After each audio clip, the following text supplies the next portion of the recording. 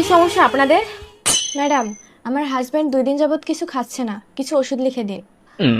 আপনাদেরকে আমি কিছু ওষুধ লিখে দিচ্ছি, আপনার স্বামীকে এই ওষুধগুলো খাওয়াবেন আর রাত্রেবেলা দুধ খাওয়াবেন। ম্যাডাম, আমি তোকে প্রতিদিন রাত্রে দুধ খেতে দেই, কিন্তু ও তো খায় না, শুধু টেপে।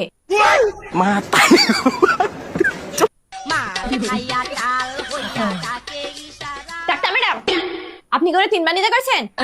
হ্যাঁ, 3 বার নিতে কইছি। আরে আমি তো ওষুধের কথা কইছি 3 বার। ওই বোকাচোদা তো আমারটাই 3 বার নেয়।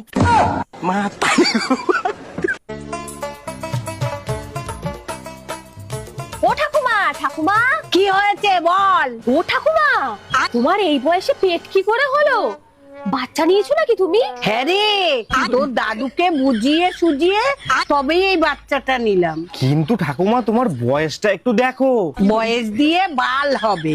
মোদী সরকার বলেছে গর্ভবতী হলেই 21,000 টাকা দেবে বলেই আমি এই সিদ্ধান্তটা নিলাম।